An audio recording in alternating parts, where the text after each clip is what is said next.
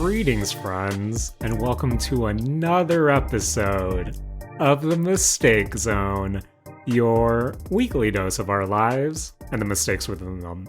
Within them. My name is Jaren Wade. Joining me, as always, one of my best friends in the whole wide world, Matt Alba. Hey, Matt. Yo. How are you doing? Yo, I'm doing good.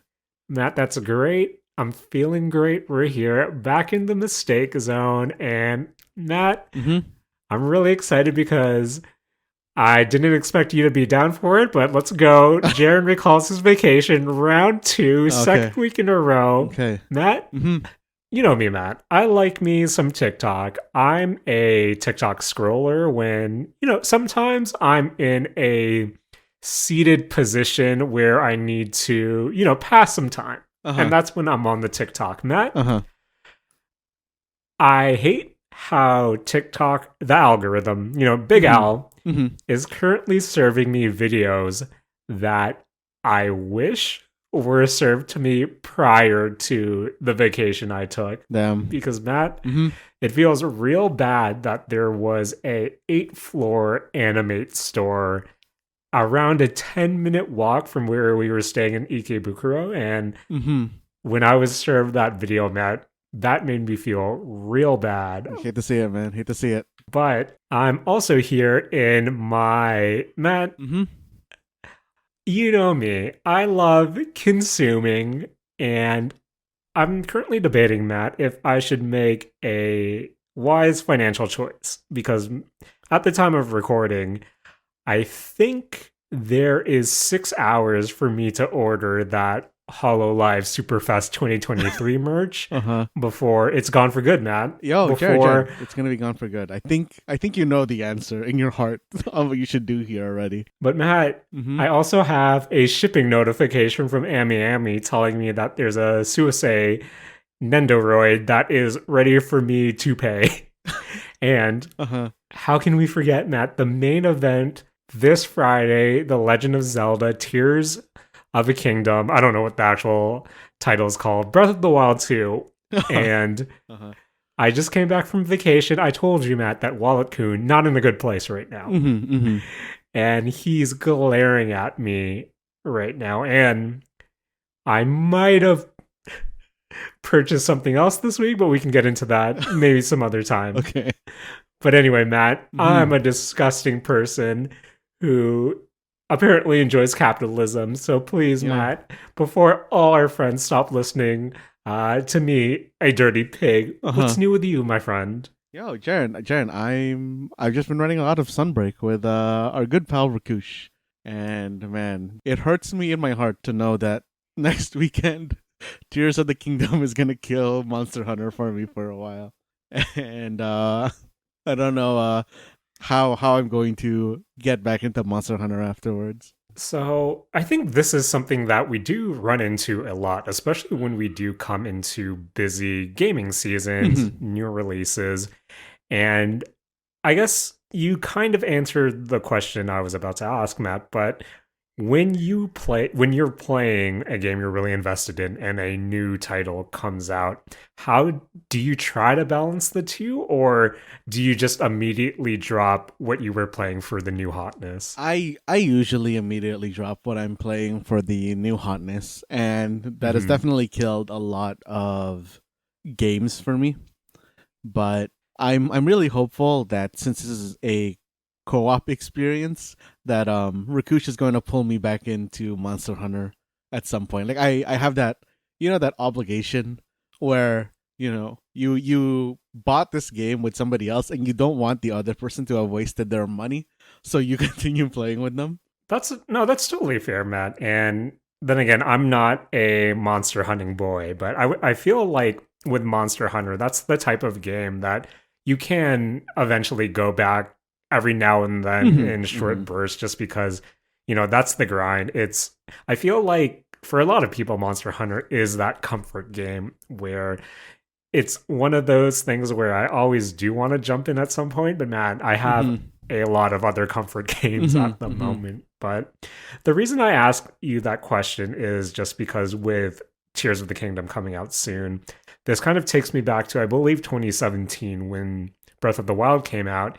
And that was kind of also around the same time I was still in the middle of, I forget which game it is in particular, but essentially Breath of the Wild and Persona 5 came out roughly around the same time. And I remember having one of them. I believe it was Persona 5, but since I hadn't finished Breath of the Wild and I was so close to doing so that I think for even a few days I was holding on to Persona 5 in the back burner and just powered my way through Breath of the Wild. And I remember that Ganon fight at the end, holding my Wii U tablet because, man, it was a Wii U game, finishing it off, and then immediately going to my PS3, I believe, and starting Persona 5. But, man, here we are once again, Matt, with the new Zelda on the horizon. But before we get to that, we have some new things and some newish things to get through on this week's episode of The Mistake Zone. But I think to start things off, Matt, do you want to start on a tried and true bummer note, or should we, start off with something that I feel like we both mutually enjoyed? Jaren, I think that we can't end the show on a bummer. I think we got to start with the bummer. Matt, I think that bummer is in the form of the new Microsoft published, Arcane developed Redfall. I guess Redfall is a cooperative, open world first person shooter. Yes. And I feel like with Redfall's history, it's been kind of blanketed in this almost uncertainty of what exactly is this game. Because I remember when the debut trailer played at some Microsoft E3 presser years ago, I think everyone immediately thought that this would be Left 4 Dead with vampires. Yes. And as kind of the rollout of this game, was more information was released, more previews came out, it started shifting from, okay, this isn't a Left 4 Dead game, this is more so like a Borderlands Far Cry type. Yeah, a live service take on a Far Cry on a Borderlands, something to that degree. And when you have the pedigree that Arcane has had in the past, and I believe correct me if I'm wrong, Matt, but this might be Arcane Austin, who did Prey previously. But when you see the word Arcane, you think of, those such immersive games like Prey, like Dishonored, like Deathloop, where you have a lot of character and you also have a lot of variety to how you play. So for me personally, when I started seeing all these different previews of, okay, this is Arcane's take on of the Far Cry games, I thought, okay, I'm in. This sounds right up my alley. But Matt, before we get into the game, what were your kind of initial expectations before you actually came to Redfall proper? Yeah, I think just like you and I guess most other people, when I initially saw this game, I thought it was going to be basically Left 4 Dead, or I guess for more recently, Back 4 Blood, but with vampires. And yeah, Jared, I don't know if I'm just imagining this or not. I haven't gone back to check, but I also for some reason thought there was going to be more than 4 selectable characters that you could pick from. I believe it's always been the 4 characters, since these were the same characters that were showcased in that initial trailer. And I think part of the skepticism that came from that was also the quips, just because, for better for worse, we're currently in a timeline of people kind of rolling their eyes at the quote unquote Marvel hero, that Marvel protagonist who has to be snarky, who has to have, that not necessarily dry, but they have to have a quip. And I think that's what also started making people raise eyebrows when this initially came out. But now that we have some context of what Redfall, initially seemed to be, given that it did come out, I'm playing on Game Pass right now on the PC. Matt, I think I said this to you before we started recording, but I know it seems to be what people are doing right now, how easily it is to dogpile on Redfall. Yeah. And I don't want to just come in here and say, "Oh, Redfall, it's not that great of a game. This is the worst game." Like, I'm trying We're not gonna to tear be. it down piece by piece, right? I don't want to be like hyperbolic, but at the same Uh-huh. time, before this episode started, I said to you, I really wish I played more Idol Showdown than I did Redfall at this point because Mm-hmm. Matt, for some reason Redfall seems to be a game that I should enjoy. And Yeah. unfortunately, I tried to force myself to kind of like it. And I come to you here with I have legit 8 hours under my belt of Redfall. Okay. But here's the caveat. Mm-hmm. Three of those hours are with the telekinesis girl. Mm-hmm. 2 of those hours are with the sniper guy, and then Mm-hmm. I believe an hour and a half. I don't know if the math checks out, but are with Uh-huh. the healer girl. I restarted this game 3 times to kind of see what character I vibed with, and I immediately stopped every time I hit. I think around level 5, level 6, when you get their ultimate ability, and just off the gate, I really do feel like this is designed to be a co-op game. Of course, you have your Mm-hmm. 4 Mm-hmm. protagonists, mostly because I think of the 3 characters I played, I don't think any of their kits are that interesting to the point where each character has something I like about them where I feel, okay, if you were rolling with a bunch of friends, all their skills can complement one another in some way. But when Mm-hmm. you ride solo dolo, I just don't find anything that interesting. And I think before we get into the Redfall specifics, that when you come to a game where you have heroic abilities that need to be unlocked, in general, how do you treat those first few hours before you're actually equipped with all your skills? Like, do you put a lot of weight into the game at that point when you're starting off, or do you wait until you have pretty much a fair amount of abilities to really start judging if it's fun to you or not? I mean, Jaren, I got 3 hours into this game and I decided that it wasn't fun for me already. Right. I mean, I guess coincidentally, I played the one character you didn't. I Oh, played the engineer influencer guy. yeah, that's who I ended up playing. So, Okay. because it actually seemed to me that when I was looking through all the characters' kits, and I think that this is a very big knock against it actually, which is that none of their kits seemed fun to me.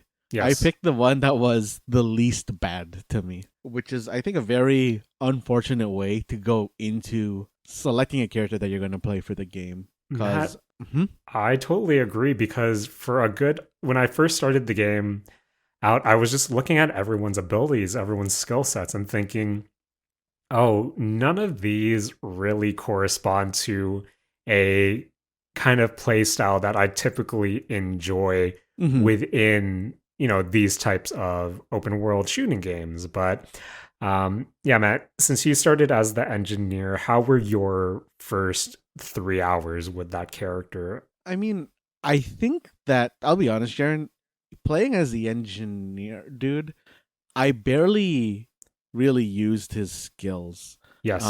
It There's so much in this game that I think just falls short, and it's very disappointing to me because I think that I feel like every aspect of this game gets to the like 5 out of 10 mark, and then it stumbles notably because it seems like it was gonna get to, I don't know, like the 7 or 8 mark. Because I Right. was, before going into Redfall and before kind of just reading everything, everybody slamming Redfall, I wasn't expecting this to be like, like the next big thing, like a 10 Mhm. out of 10 game. I was expecting a very solid 7 out of 10, Right. and is so disappointing to see it like fall short of that.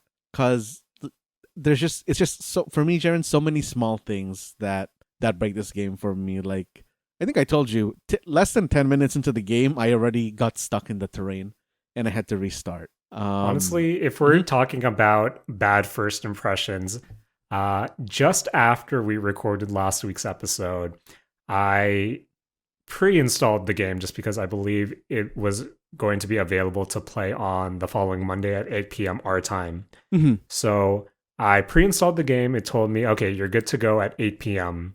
8 p.m. rolls around, and then I noticed, oh, Redfall is trying to update itself. Okay, so I wait, and all of a sudden I get an error saying, hey, you don't have any space left on your SSD. And Matt, lo and Mm-hmm. behold, I clicked my documents folder, or, I clicked to open my documents. I clicked my PC, and that was literally the first time I saw my, main drive say, hey, you have 0 gigabytes available. Damn. And I was looking, and it told me, oh, Redfall is currently 35 gigs out of 90 gigs installed, and you need to free up space before it can finish its install. And so for some reason, even though I had preloaded the game, it's still Game Pass forced itself to re-download the whole game. And every time I clicked, I found the folder where the initial preload was installed. Mm-hmm. And I'm clicking the X file to launch it. And every time I did, it would bring up Game Pass and bring me to the download screen saying, hey, you need to free up space because we're trying to download Redfall for you.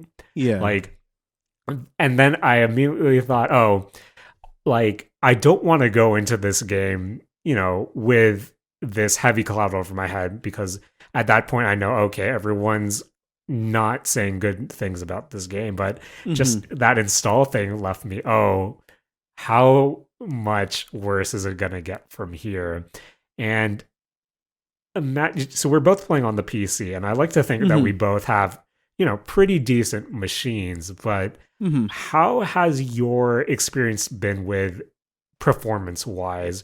Like, at what settings are you running the game at, and how has, just general frame rate stability been for you?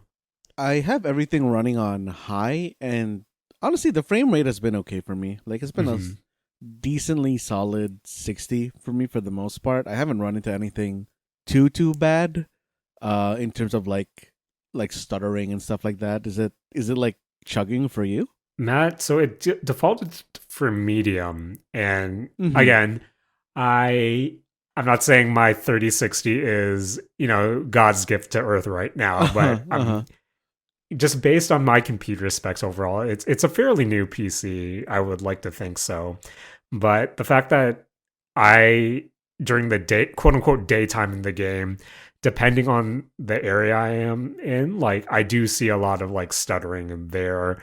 No real slowdowns, but I just feel like the text, like, it just doesn't, it's not a pretty game to me, Matt. I honestly do feel like this is something I would see, I don't know. It reminds me of an early Xbox One game, but if you told me there was an Xbox 3, if you told me this was a game that, was one of those straddlers that, started off as a 360 game, ended up being an Xbox One launch title, I could kind of see it, just because it just doesn't, I don't like the art style to me, for me personally, but other than that, it just looks so, I get it's a vampire game, but the game itself just feels so lifeless. It feels so dead, where I don't understand why my performance isn't, that great, just because it doesn't even seem like there's a lot going on there, especially when it comes to the AI tactics from the different enemies. Yeah. Where I'm legit curious what's going on under the hood, because I would think that, okay, maybe if the enemies were competent in some sort of way. But yeah, Matt, before we go back into kind of the character specific, how has the combat been for you? And like, do you think it actually feels good? Jaren, I do not think this combat feels good. Like, I feel like the shooting itself feels okay. Like, I generally don't have anything against the shooting. I think it's like just, very middle of the pack for me. But this AI is wild. Like, I don't think, Jaren, okay, maybe it's just that I haven't traveled too far in the game, but for me, the vampire combat is always just opening shot on vampire poofs away, and then they rush you straight, like just run straight at you. and then they like hit you. You can like try to dodge it or whatever. But I haven't seen any variants away from that. I don't know if you have. So far, all I've fought are your basic vampires. You know, Mm-hmm. the everyday just it just says vampires. I fought a Mm-hmm. siphon. I fought whatever's the one that grabs you, and then I also fought whatever throws that black dome around you and can teleport. Mm-hmm. And based on like those four vampire types, they all pretty. Oh, and then I guess there's like the sniper vampires too, which um, are kind of not saying much to what they are. But Uh-huh. Uh-huh. the vampire combat, I just think is bad, just because, as you said, there doesn't seem to be any strategy to them. I think they all kind of just rush you. You either have to tank a hit or you sidestep away at the last moment, so they kind of miss, Mm-hmm. and just eventually just pump them with lead and hope for the best, or you do the UV light. And Mm-hmm. even with the kind of special vampires, none of it feels really satisfying. Maybe this goes to the fact that I don't like how the guns feel. I think the headshots feel good, I guess, just because it Mm-hmm. gives you that sense of impact, but just the Yeah. basic run and gun, even just aiming down sights, doesn't feel good to me. I think fighting, of all of the 4 or 5 vampires I fought so far, I think the one that throws the black dome over you, while that looked cool at first, I feel like they just teleport you a lot, and it becomes a visibility issue where Mm-hmm. I it's just really hard to track. And I think for me, it was, again, touching upon what we talked about last week, playing around with sensitivity, just because I honestly don't feel like it feels nice to control these weapons. Yeah. I don't know if this happened to you. I don't know. It probably was just a me thing, but I feel like every single time I booted up this game, I had to adjust my sensitivity. Like, did you have that or no? When I thought I, had a good setting or played around with the settings well enough, for the few times I had to play afterwards, my mouse has that setting where I can toggle its sensitivity on the fly. Uh huh. I've been having to do, like, I switch back and forth between like normal and kind of even more sensitive. Like, it, for some reason, it does feel kind of different every time I play, which is a bit weird. Mm-hmm. But yeah, Matt, like, even the cultists, the human enemies with the guns, Yeah. their strat, I don't even think that, like, no one's really trying to flank you. No one's really Mm-hmm. taking cover. For the most part, they're just shooting at you point blank, and then maybe they'll run away to reload or something. But Mm-hmm. even the basic combat with them hasn't been interesting. And I feel like the only reason I'm dying as much as I was is just because I'm sworn there are like 5, 6 enemies on screen right now, all attacking me at once, and that's not Mm-hmm. engaging combat. That's just a bunch of that goes back to me playing Gary's mod.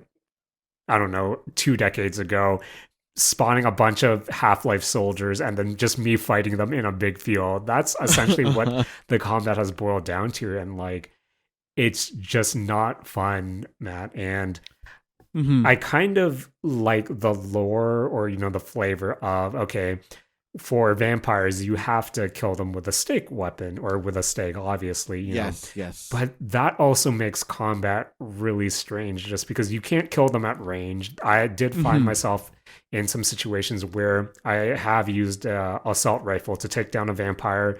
Oh wait, I need to run up to them and stab them. Wait, I got something intercepted me. Now that vampire I killed at range is back at full health, and Yeah.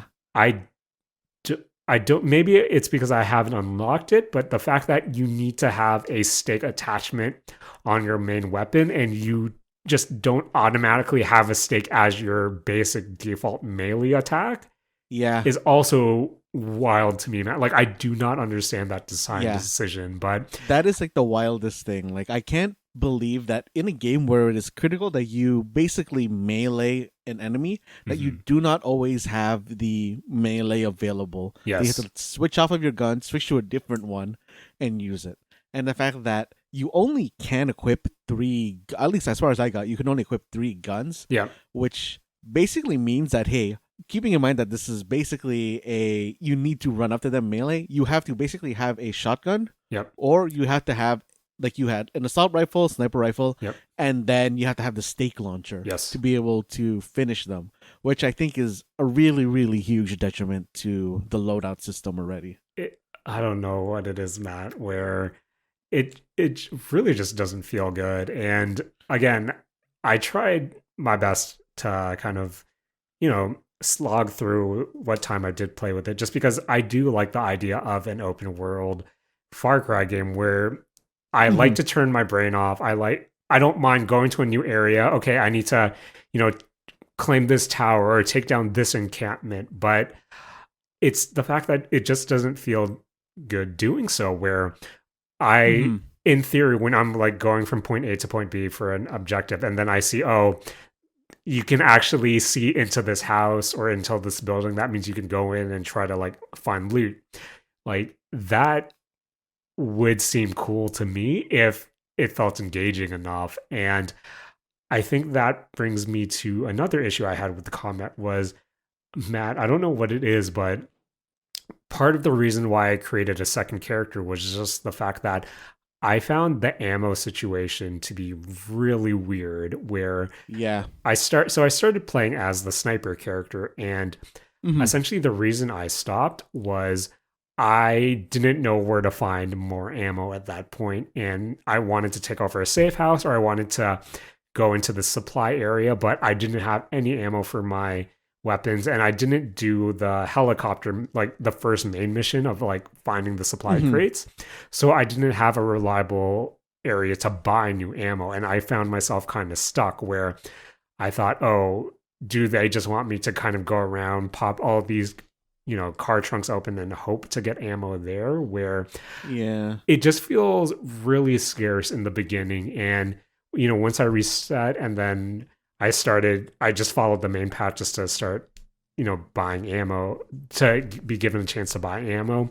I thought, okay, is this the money sink? Because I know you can use your money to buy supplies like lockpicks or like hacking Mm-hmm. kits or new weapons or refresh weapons, but at the same time, like I feel like everything's so scarce where, oh, okay, should I use my lockpick on this small like safe or should I hope I Yeah. find a bigger safe? But at the same time, it's, oh, what if this big safe has a golden item, which once you see it, it will scale to your level. And now I don't want that. Like, that's the Mm-hmm. weird mental gymnastics I'm going through of everything feels so scarce, but it's not a survival game where I feel like it's this weird artificial scarcity that kind of Yeah. goes against what this type of game is to be, where it's not a survival game. It's, hey, I need to reclaim all this territory, like all these territories, and feel like a badass, but I can't because I have no ammo.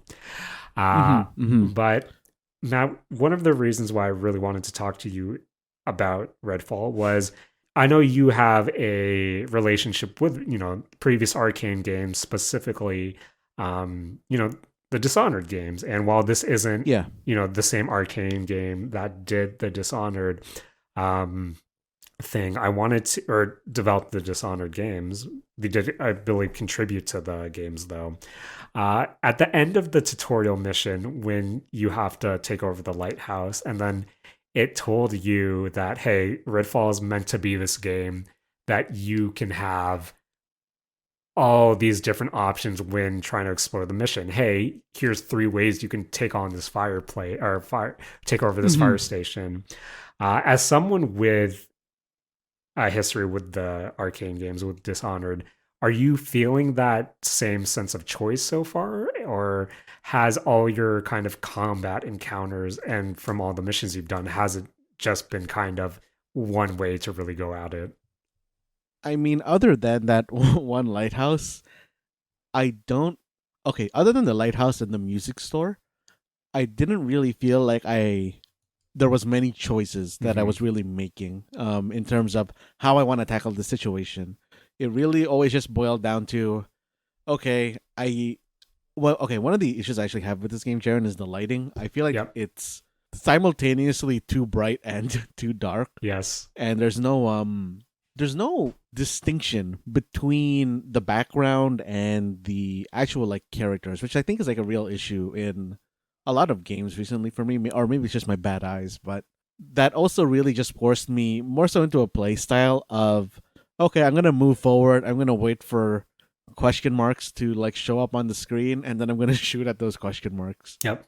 I had a really hard time really gauging where any enemies were, and honestly, Jaren, I really really wish that this world wasn't so empty. Mm-hmm. Like both in terms of quests and in terms of enemies, because I remember I just right after you finish the fire station or whatever, I remember setting up the like waypoint for the helicopter, running to the helicopter, and I never deviated once. Yep.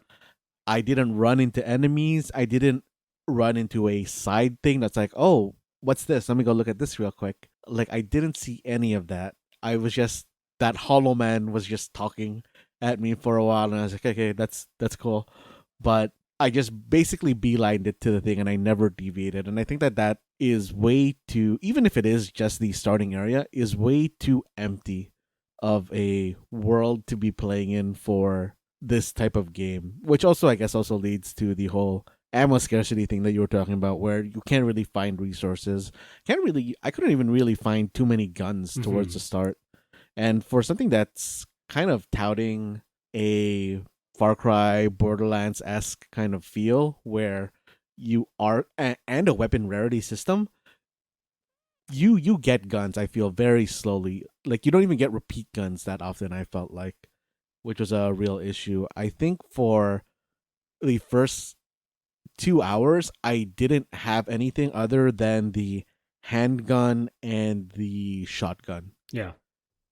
Yeah, N- like I don't know. No, that's definitely what I ran to when I first started the game because, as I said, I played the beginning of this game 3 times, which I honestly feel like once you clear the initial tutorial, whenever you make a new character, you should just start off, at the fire station, just having to do that same sequence over and over again. Where, okay, the first time you wake up in the boat and you see that, wall of water that's surrounding the item, Uh huh. in theory that should be a really cool visual, but based on how I'm running the game right now, that water wall looks like that water looked like garbage to me, man. Uh huh. And that made me Uh feel huh. bad. But so I started playing as the sniper guy, and once I exited the fire station, instead of going right towards the helicopter crashes, I went left just to explore.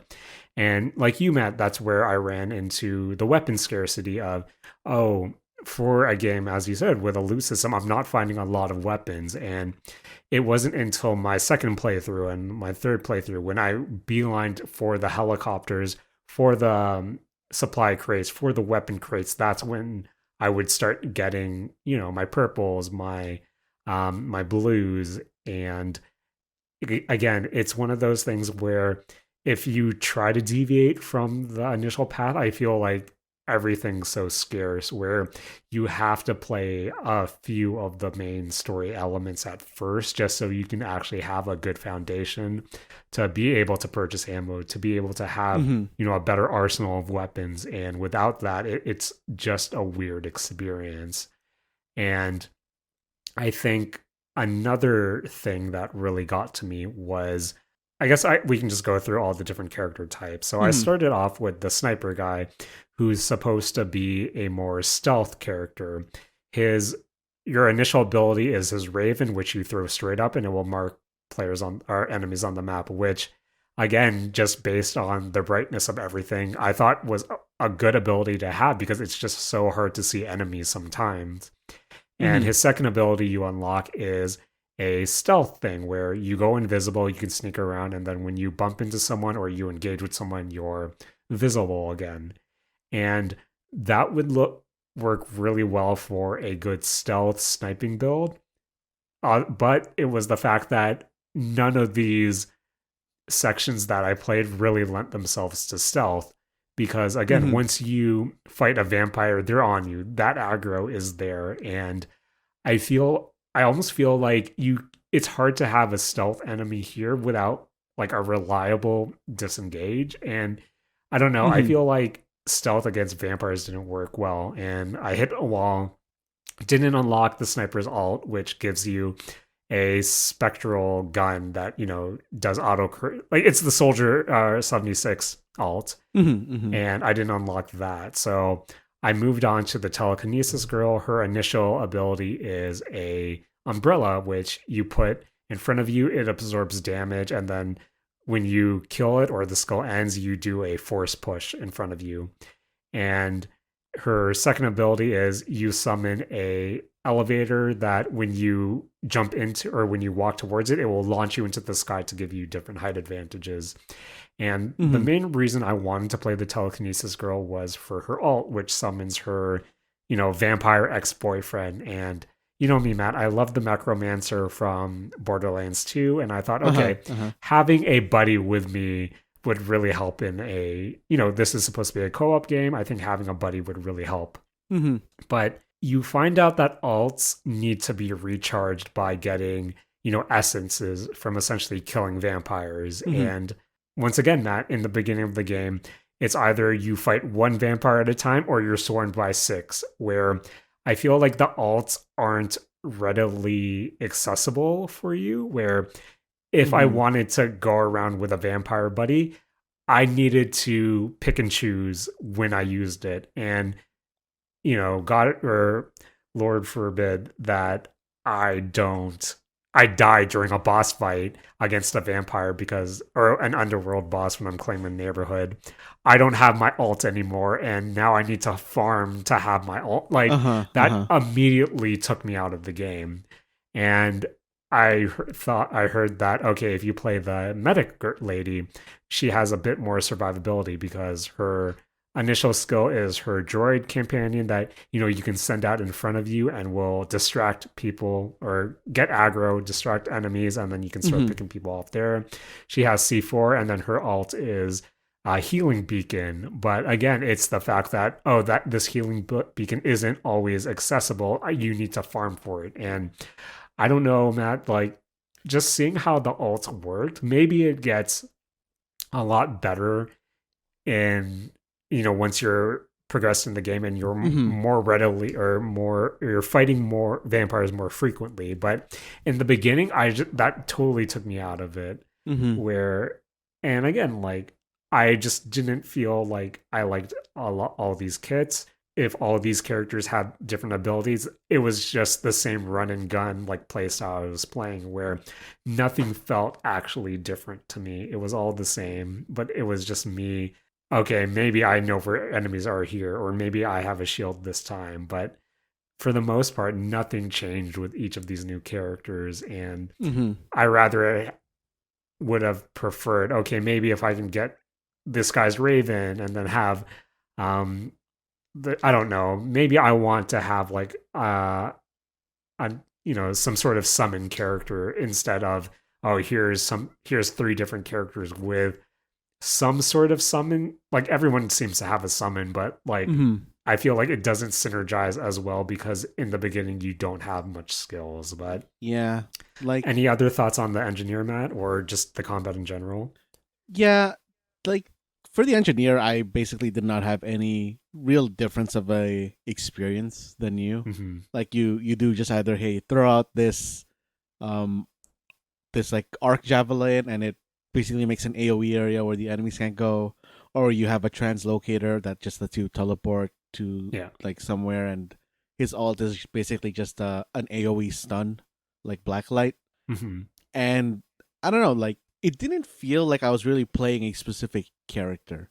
I Yeah. think that the skill system in this game is a very, I don't know, I don't want to say dated design because a lot of games still operate like this, but after playing in that D4 beta a couple weeks ago and another D4 beta coming out like this week, I feel like that has to be the new trend for how Mm-hmm. skill trees are done, where you're given just so many skills towards the start and you're able to respec so easily at the start that you're just able to mess around with the character and really like make it your own a lot faster. And I feel like Yes. that's such a like much better way to go. Like you even said earlier, this does feel like a Xbox 360 game that was in dev hell for way too long and is only coming out now. So this kind of old, slow leveling system makes it feel even more dated. And I don't know. This game is just, it's missing so many things so many quality of life things.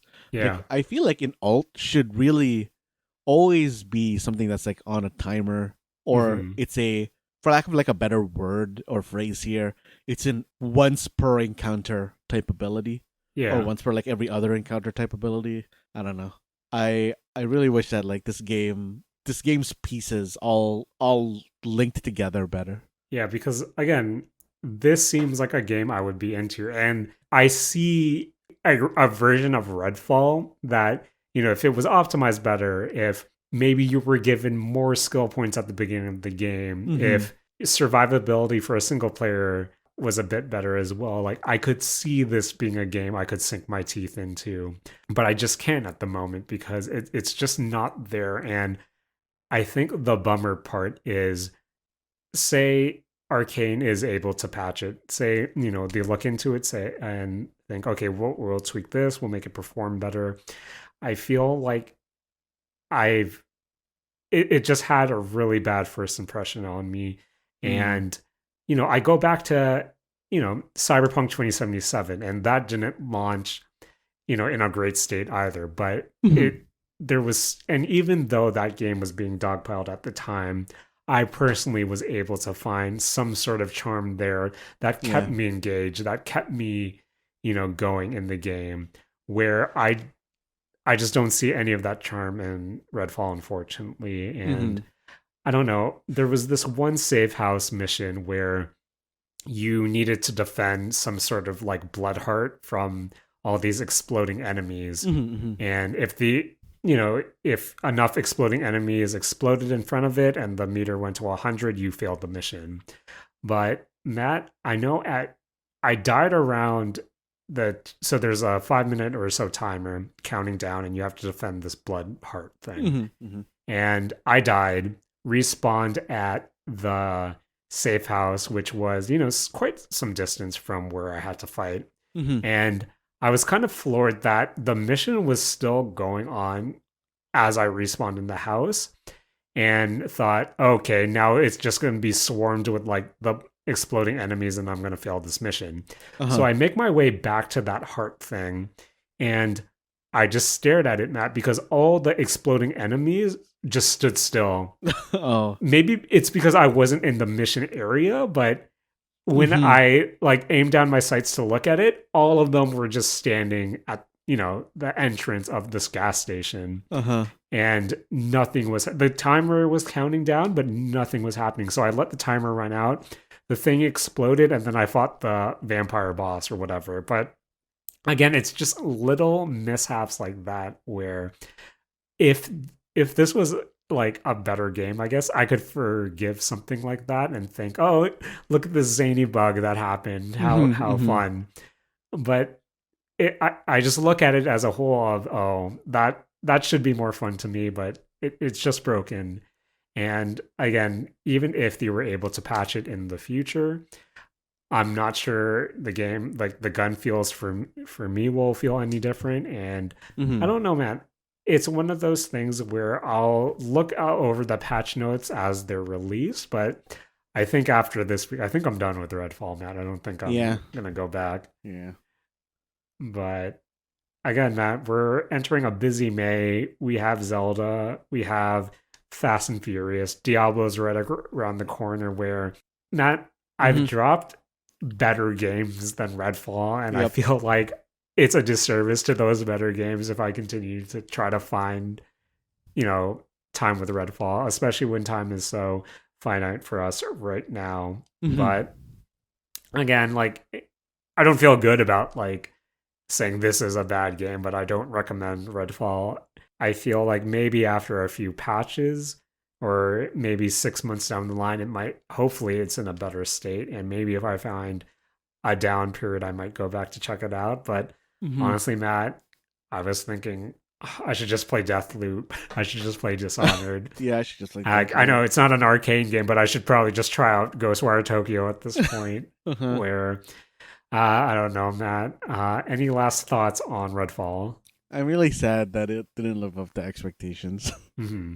Again, Matt, I think this is also the kiss of death for any co-op game for me. Hmm. When it gives you a breakdown of what each of the members have, where only the host will get story progress, and everyone else Yeah. keeps their weapons, their levels, and whatnot, or whatever they find. But I feel like, especially in if this is trying so hard to be like a live service game, I feel like some sort of compromise should have been had where as much again, I think a lot of the skills would synergize better when you're in a group and then you Mm-hmm. have, at least two other or another person with you. But the fact that, hey, can you play with me even though you won't regret like progress? Like that's a real hard sell. And I Yeah. don't know, Yeah. Matt. Like just as a package right now, not for me. Hopefully it will be in a better place down the road. But for Mm-hmm. now,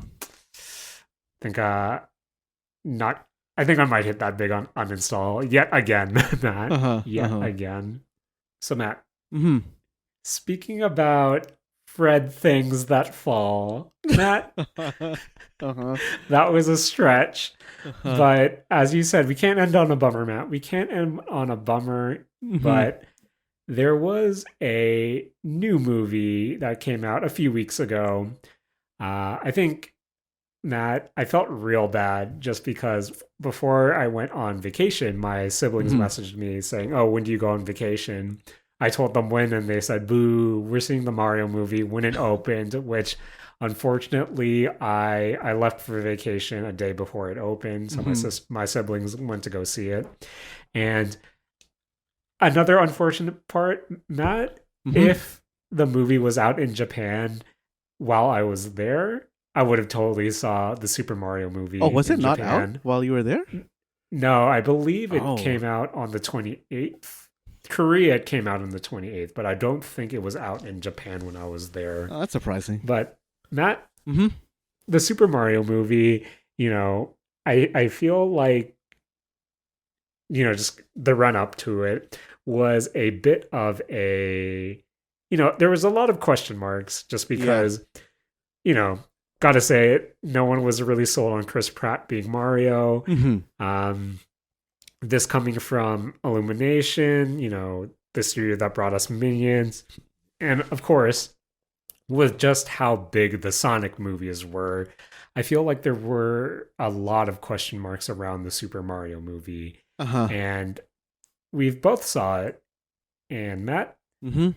right off the bat, what did you think of the Super Mario movie? This is a solid 7.5 movie. It is very Yes. clearly a kids movie, but Yep. even I, as a 30-year-old adult, can enjoy this movie. Matt, Mm-hmm. if someone asked, "Hey, should I see the Super Mario movie?" all I Mm-hmm. can say is, one, do you have a family? And or two, do you have some affinity to the Mario games from from growing up? Mm-hmm. And I feel like let's just get this out of the way, Matt. Matt, Mm-hmm. as a narrative, nothing special. No, Jaren, I Like, think the narrative moved way too quickly, actually. But yes. it is an hour and a half movie, which I think is exactly correct for a Yep. Mario movie. As a film Mm-hmm. on its own merits, it it's a movie. It's a Like, movie. It's one of the most movies ever. yep. Where in some regards, Redfall is a video game ass video game. The Super Mario Brothers movie is a movie ass movie. Jared, okay, you know what? Like, I don't think that you should say that. You should really be comparing those two as though they're the same quality of movie and game. I think. Fair enough. Fair enough. But This is a billion-dollar movie, Jared. yes.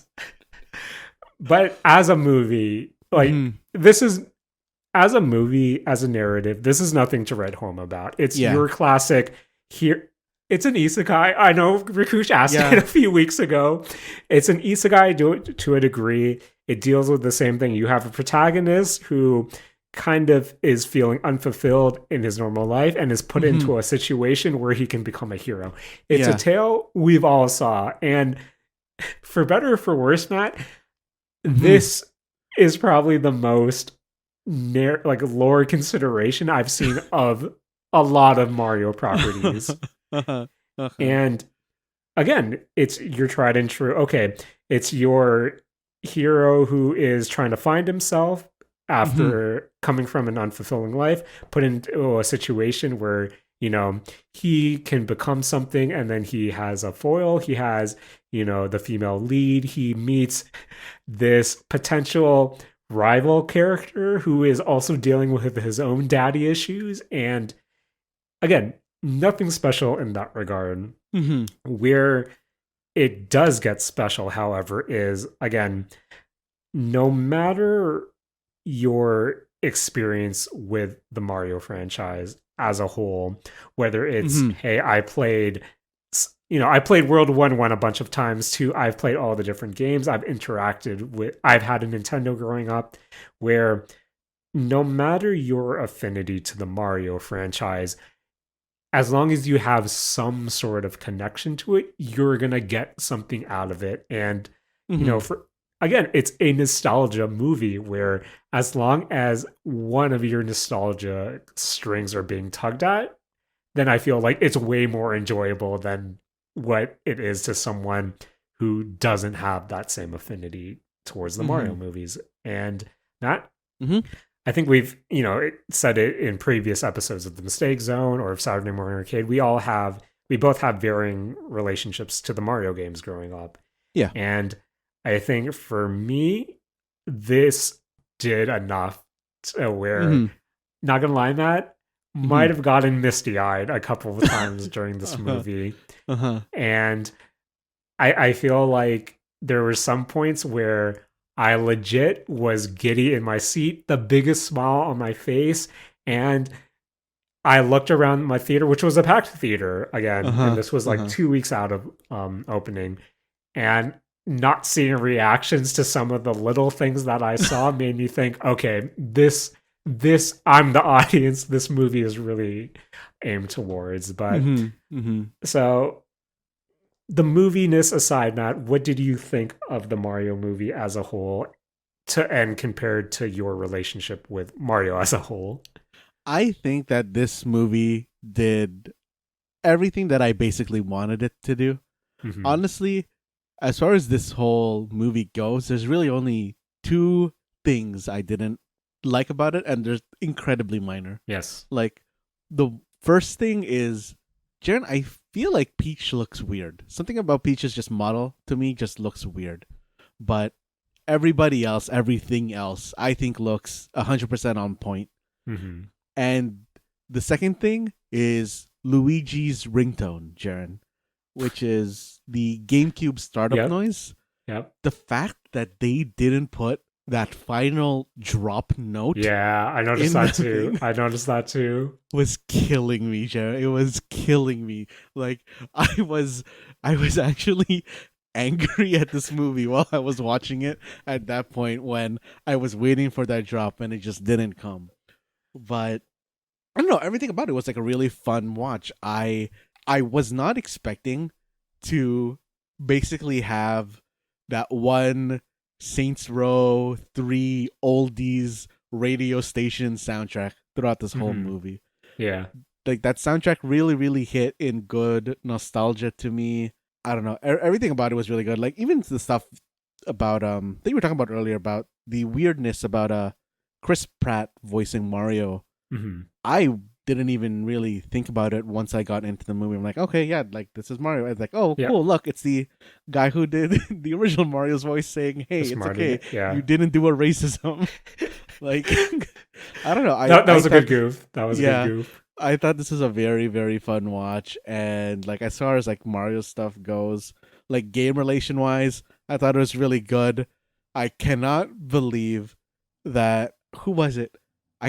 I'm pretty sure that there's a lot of just attacking each other here, right? But no one Mhm. explicitly like dies or anything, Yeah. except for right at the end, where I'm pretty sure Peach does a murder and kills King Bomb. Like Yep. I'm I'm pretty pretty sure that sure happened. that I'm pretty happened. sure that happened. But Mm-hmm. Matt, Mm-hmm. while we're on the topic, or well, you alluded to your, you know, your thumbs down moments. I have Uh-huh. two specific head scratching moments for me. Okay. Okay. The first moment was I know there's some, I guess, some sort of lore considerations for this, but the fact that Mario was from Brooklyn Mm-hmm. really threw me off. And I kind of understood, I think they're based out of Brooklyn in the Super Mario show. Uh-huh. That show way back. Matt, hearing that theme song, like Uh-huh. I audibly popped and no silence in the theater. And I thought, how does Mm-hmm. this is amazing? How does no one else in this theater find it amazing? When Pauline turned out to be the mayor of Brooklyn, I popped. Uh-huh. No one knew Uh-huh. who Pauline was, and I was shaking my fist, saying, "Guys, this is amazing." Mm-hmm. But yeah, I think for some reason I wanted Mario to be from New Donk City, but I guess there's some historic reason to why him and Luigi are from Brooklyn. Mm-hmm. But I think the biggest missed opportunity for me personally, Matt, and maybe I missed it, but during the scene when they're all putting together their carts, Uh-huh. so when they're about to traverse Rainbow Road, Uh-huh. the fact that there was no meta Yes. build at Holy any crap. point, no wiggler, no that flying thing, like Yeah. I thought that was the biggest missed opportunity. When you're already doing such, there were a lot of strange Mm-hmm. pulls that I appreciated, but I understand there was a lot of things that went under the radar for a lot of people, and that's fine. But when you're going so hard on the Mario Kart section and you don't have some sort Yeah. of reference to any meta builds, like a Yeah. complete meta build, Uh-huh. missed opportunity for me, Matt. Big missed opportunity. Yeah, I could not believe. Like I watched that scene very, very, or at least I considered it very, very carefully, and Yes, to not see a single Wiggler cart was astounding to me. Matt, I was glued because I thought the moment it was happening, one, I thought it was cool because, Mm-hmm. again, the first time you see a cart in that movie pull out the parasol or like, the hang glider or whatever, Mm-hmm. and Mm-hmm. then you see the wheels doing the, just all of that Mario Kart 8 stuff, Yeah. like I was excited. Mm-hmm. But when they were finally building their own carts, I was looking really hard. I thought they have to do it. I was expecting a Wiggler cart, one of the other meta builds. I was expecting a Mercedes car from the Mm-hmm. DLC. Like Mm-hmm. if you're already going hard on licenses, you need to get that again. Uh-huh. But I didn't see any. And I thought that was a big missed opportunity for me. But Matt, Mm-hmm. again, so many like. I just think the amount of fan service you see in the first few minutes, I think that's what really made the movie for me. Mm-hmm. Seeing the Punch Out Pizzeria, Yeah. seeing Chris Martinet or Martinet, his contributions to there, seeing Spike from Wrecking Crew, and again when Mario and Luigi are going for their job opportunity, and then it goes into that 2D space or that 2D perspective or Mm-hmm. side-scrolling perspective. My apologies, and then Mario getting the flag at the end, like Yeah. even like those 10 minutes encapsulates everything I loved about this movie just because you have the obscure stuff in the background and then you have the more, you know, obvious references in the foreground, but it still all works together to be this celebration of Mario. And I can, again, as a film narrative, it's a film narrative, Uh-huh. but for if the whole purpose is to celebrate Mario and tug at the nostalgia of all these fans of all ages, like I think it gets it done real well, and I enjoyed it a lot. But Mm-hmm. Matt, Mm-hmm. what else were some of your highlights from the movie that come to mind right now? Jaren, I think actually one of the highlights for me is when they played the DK rap when Donkey Kong came in. I was Matt, when that happened, mm-hmm. the biggest smile came to my face, but then I think it came out afterwards that it was composed by Grant Kirkhope, and I think he's come out to say that he wasn't credited in the credits Oh, that for the sucks. DK rap, and that made me feel real bad, Matt, because Oh. that moment in the movie was so special to me. Seeing Dixie, seeing Diddy, Mm-hmm. just having all the Kongs out there, like that meant a lot to me too. Just given again my relationship with DK64 and the Donkey Kong games, Mm-hmm. and love that moment. But yeah, Matt. Mm-hmm. Speaking of the DK rap, how did you feel about Seth Rogen as Donkey Kong? Okay. I know you were talking about Chris Pratt earlier as Mario, but I think the only person that I really heard Yeah. was really just Seth Rogen as Donkey Kong, especially Yeah. when he did that iconic Seth Rogen laugh. I was like, okay, this is just Seth Rogen. It somehow was fine for me, but I don't know. I That is really the only actor that I felt was the actor instead of the character. I kind of feel the same way, Matt, just because again, I'm not saying Seth Rogen like was bad in the role. Oh I yeah, think yeah. he I don't did think a he good was Donkey bad. Kong. But when I first heard it in the movie, it threw me off just because Mm-hmm. I knew going on that Seth Rogen was doing the voice of Donkey Kong, but as you said, that was more Seth Rogen than I thought it would be. And I adjusted it, but yeah, I think it was a little jarring at first. Mm-hmm. But any other voice role or voice performances that you thought were really good or caught your attention, Matt? Actually, you know what? Now that I'm thinking about it, Fred Armisen, I actually could very distinctly hear when it was him. He Yeah, was Cranky Kong, and I don't know. I feel like everybody else was actually like pretty unnoticeable as their right. character. But like yeah, those two for me stood out the most. But yeah, and it goes without saying, Jack Black, I think, has the performance of the movie. I Mm-hmm. think Mm-hmm. Chris Pratt, for all the hate that he got, when this was announced, like I thought he was fine. And I think he did what he was asked to do, and I think he delivered at that point. Mm-hmm. Mm-hmm. Anya Taylor Joy as Peach, I thought she did a good job. I liked her and Yeah. Charlie Day, and or Charlie Day as Luigi, and again Keegan Michael Key as Toad. Yeah. I liked his take on Toad. I thought that was really fun, Mm-hmm. and I Mm-hmm. like Toad as in general throughout the movie. But yeah, Matt, I think I mentioned it twice, or I mentioned it earlier that there are two moments in particular where I might have gotten misty eyed at this stupid movie. Uh-huh. Uh-huh. John, Um, drop him. Drop him. I think this one's a given. I think in the credits when I saw Awada getting his special things, that got to me for some reason. Oh, I didn't even see Where that. Damn. yeah, so I think just given how the work that he put into Nintendo, and you would think that he would have been a good proponent to the making of this movie in some capacity, or even just getting the deal done. That Mm-hmm. seeing Satoru Iwata in the credits, that got to me. But I'm also an emotional baby. But Matt, Uh-huh. at towards the end when it's Mario and Luigi, he's fighting Bowser, or they're fighting Bowser, and when they get the superstar, Uh-huh. and it's produced in a way where them and Bowser are chasing after the star, something happens. There's a big cloud of smoke. It's your Yeah. typical Yeah. movie stuff, and then you see Mario and Luigi walk out in the cloud of smoke, glowing.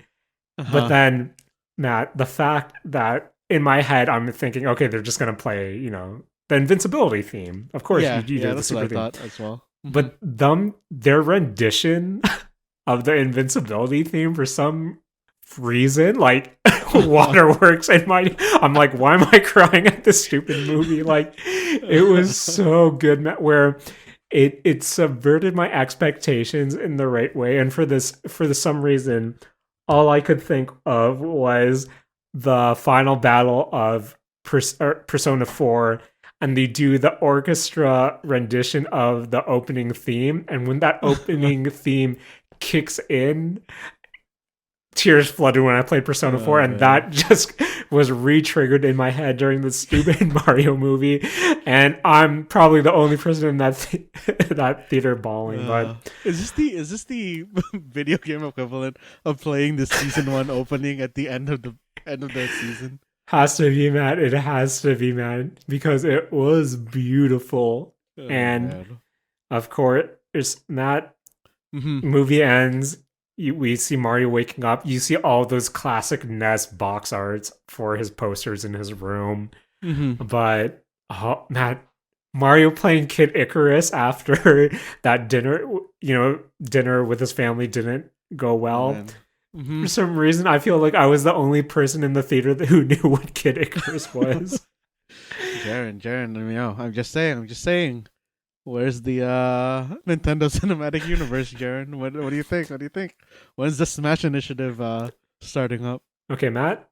We both love this movie, but if there's one thing that we love here in Saturday Morning Arcade in the Mistake Zone, it's Matt trying to predict the future. Yes, I love wild speculation. So Matt, let's speculate. We both agree. Super Mario movie, okay movie, great movie for us, great movie for kids. It's okay. Before we get into wild speculation to end off the show, Matt, I don't know about you, but at the end of once I guess before that, what did you think of the after credit scene with the Yoshi egg? Oh damn! I don't even pay attention to the after credit. Jaren, I'll be totally honest with you. I didn't watch this movie in theaters. Oh, okay. There was someone who posted the whole movie on Twitter. What? So yeah, someone uploaded a rip of the movie onto Twitter, and that's where I watched this movie. That's wild, Matt. Oh, man. That is wild. You weren't distributing it. No, it wasn't. Let's just say that. I saw a link. I'm like, no way that this is the whole movie. And then I clicked it. I opened it. It's a Twitter link that's 1.5 hours. I'm like, this can't be right. This can't be the whole movie. You're doing it for research, Matt. Yeah. Because, Matt, there's precedent for this. Remember when apparently Detective Pikachu was posted in its entirety on Twitter, but it just turned out to be Ryan Reynolds goofing us? When that Detective Pikachu thing happened, me being the paranoid boy I am, I made sure the whole video loaded using a VPN, and then I disconnected from my internet to watch Ryan Reynolds goof me. Oh man, that's good. But anyway, if you weren't aware, so at the end of the movie, the bullet bill goes into the pipe, and then the Mushroom Kingdom for some reason merges with Brooklyn. The end credit scene is remember when Mario and Luigi discover the sewer for the first time? So it's kind of like an aerial shot, or this zooming shot of like the sewer area again, and then it goes, you see the green pipe, but then you see next to it all this rubble, and then you see a Yoshi egg there. And we saw Yoshi in the movie before, but this is the Yoshi egg, and I believe it cracks, and then you hear the tried and true Yoshi. Nice. And that was the end credit scene. But for my first point, it was after the end credit scene, Matt, unfortunately, we ran across a woman complaining to the staff saying, some guy brought his kids to the movie. They were kicking my chair, which I don't understand how kids kick their chair, because where we live, Matt, all the theaters here have the reclinable seats. Like it's not like all theaters just have that here. So, and there's a good distance from your seat to like the seat in front of you. So I'm not sure how this lady had her seat kicked. But yeah, she was saying, the kids were really loud. Why weren't the parents doing anything? Matt, I don't know about you, but like when I go to a family/kids movie, like I expect kids to be kids. And maybe it's because I'm an old man with a heart that only loves consumerism. But when I go to a family movie and I hear kids like giggle and laugh and be into said movie, like I'm not going to hate on said kids. But shout out to the dad beside me who in the beginning of the movie, like his son, like, because it was a big family of like 5 or 6 or something. his son was like, talking, saying, "Oh, look at that! Oh, it's Mario!" Blah blah blah. Dad gets up, goes to where his son's sitting, and like, has the son sitting in his lap just so he can kind of like shush him throughout the movie. I thought that was cool, but at the same time, like, I'm not gonna be like the kids were ruining this cinematic masterpiece for me. But anyway, Matt, that aside, so we see the Yoshi, we have Donkey Kong. Matt, now as you said, this is a $1 billion movie. Where do you think it goes from here? Just because no way this is a one and done, Matt. No Yeah, way. I think for sure that there is a sequel in the works here. Maybe Okay. maybe more Luigi focused, or like has more Luigi in it, I think is where it goes. There was talks of that Donkey Kong spin-off as well. Our boy Seth Rogen. Matt. If there's a Donkey Kong spin-off, is there a weed in it? Like, is there a quote unquote winking at the camera weed joke in there for the Seth Rogen heads? I mean, probably that. Maybe, like, I don't know. I feel like it has to do with some kind of like power up, right? Okay. All right, Matt. I'm gonna fire off some names, and you tell me. Do you think we see them in the Mario universe at some point? Okay, Matt. Obviously, Wario, Waluigi. I don't think so, to be honest.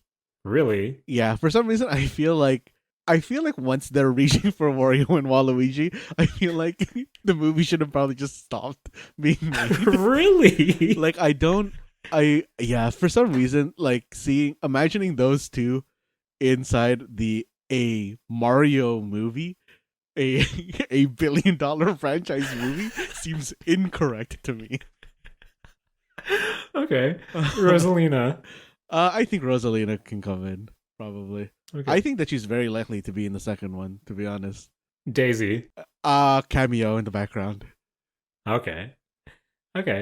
So, Matt, of course this is getting a sequel. Of course we're going to see Yoshi. Of course. I mean, Matt, what did you think of their Lumen, right? The stars? Oh, yeah. What did you think of existential dread Lumen in the Mario movie? Jared, that was okay. As far as the humor goes, I'm into it, but yep, that was a weird character to have in a children's movie. I was literally because Matt, of course, people of our age will like that kind of existential dread humor. Yeah. But no, that really threw me off. Especially, like, I understand the the goof. Like, you go for the contrast play there. But man, that was weird. Yeah, sure, this is a child's movie. Why are they talking so much about a character who wants to basically commit suicide? Okay, so I'm trying to word this properly. Okay. So we saw the success of Mario. Now, I listed some characters, but if the end goal is a Super Smash Brothers movie, I'm gonna name some properties and tell me if you think this will be box office movie or a streaming like direct to streaming movie or a miniseries streaming. Kirby miniseries. Zelda. Box office movie. We have wow. Star Fox. Streaming movie. Metroid. That one's honestly a toss up for me. I feel like that could be a like box office movie or a streaming movie. Okay. But Matt, do you see a Super Smash Brother? Like, one, do you see I hate to say, do you see a Nintendo Cinematic Universe, or do you think realistically we're only sticking to Mario for the time being? I think realistically you're only sticking to Mario for the time being. I think at best you get a Metroid or Zelda movie or like miniseries for them. I don't think that anybody else outside of like Pokemon really has enough cinematic power. I do think that like there are a couple properties I think that could make it as a like mini series. I really would like a Kid Icarus mini series. I really would like a Pikmin mini series. Like, I think that those are both maybe strong enough on their own. I think also with the popularity of Animal Crossing that could have I think that does have an anime actually, but like I feel like there isn't really anything else that's strong enough to go towards the Nintendo Cinematic Universe route. No, I totally feel the same way. I think, with the success of the Mario movie, again, I'm no film producer and Hmm. I only like consuming. I couldn't tell you anything about, future planning, but I feel like with the success of the Mario movie, of course, there are the thoughts of, oh, are we going to see other Nintendo properties be explored? And I feel like at this point, a lot of studios would be interested in seeing it. But I think, we saw that Nintendo wanted to delay this game just because there's going to be rewrites. And Hmm. I think just given, say what you will about like the Nintendo games of the now, but I still think that they want a certain level of quality of anything attached to their first party properties. Hmm.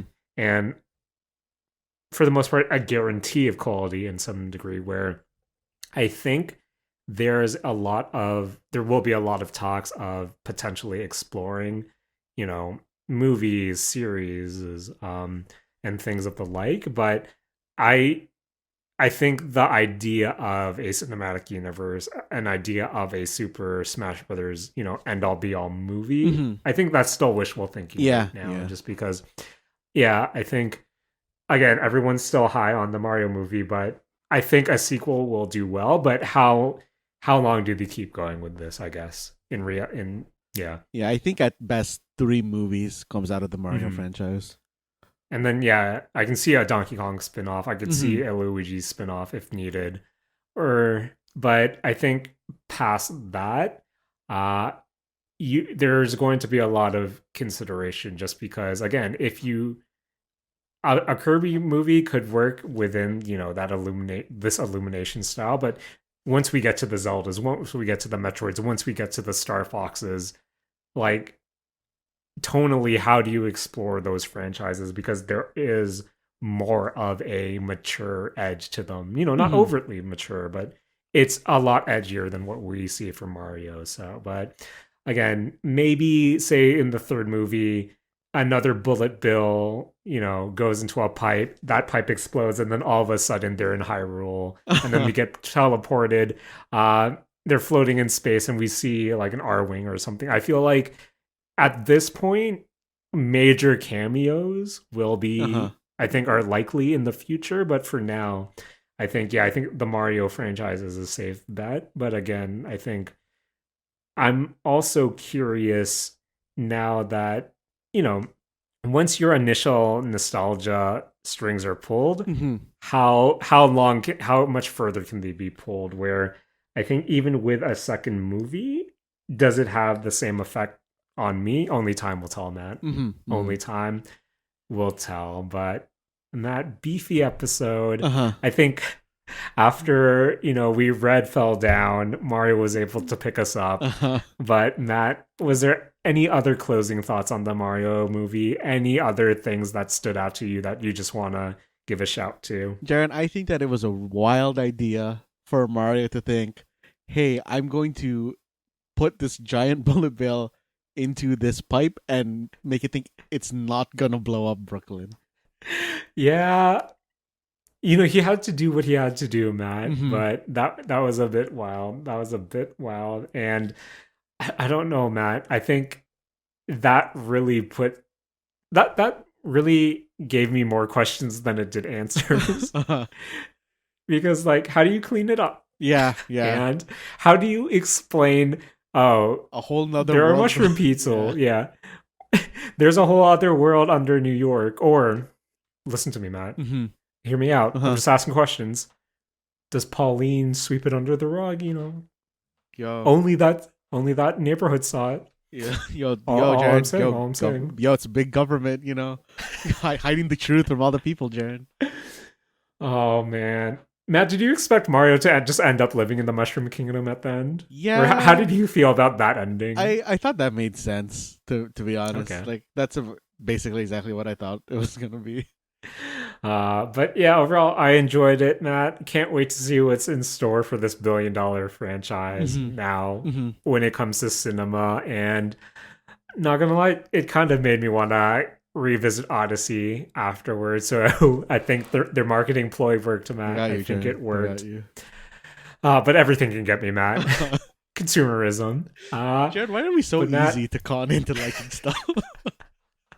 I don't know, Matt. I'll tell you when I place this order for this HoloLive merch afterwards. Nice. But Matt, I want to thank you once again for another beefy episode. You know, Matt, it makes me happy that we had, other things we could have potentially explored on our docket, but, between Redfall and the Mario movie, another beefy episode, and I thank you once again for joining me this week. I want to thank vampires, I guess. Yeah. Cool vampire. I like Marceline, the vampire queen. I want to, Matt, just want to thank the Mario movie. Want to thank Satoru Iwata. Got misty-eyed there again, Matt. Want to thank Jack Black. I want to thank mushrooms. Matt, I have a lot of mushrooms in my front yard, and it freaks me out. But yeah, Matt, I want to thank Zelda. Matt, we're going to thank some Zelda next week. Yeah, Jared, we're going to be thanking Zelda for, I feel like, a few weeks. At least two. All right, Matt. Beefy episode, so I won't drag it on with the thanks, but big month ahead of us, Matt. And a lot more to come, but once again, thank you, Matt. Thank all our friends out there listening, and please take it away. This has been the Mistake Zone, and we're definitely all out of Redfall. I want to like the game, Matt. I really do. But I like the Mario movie even more.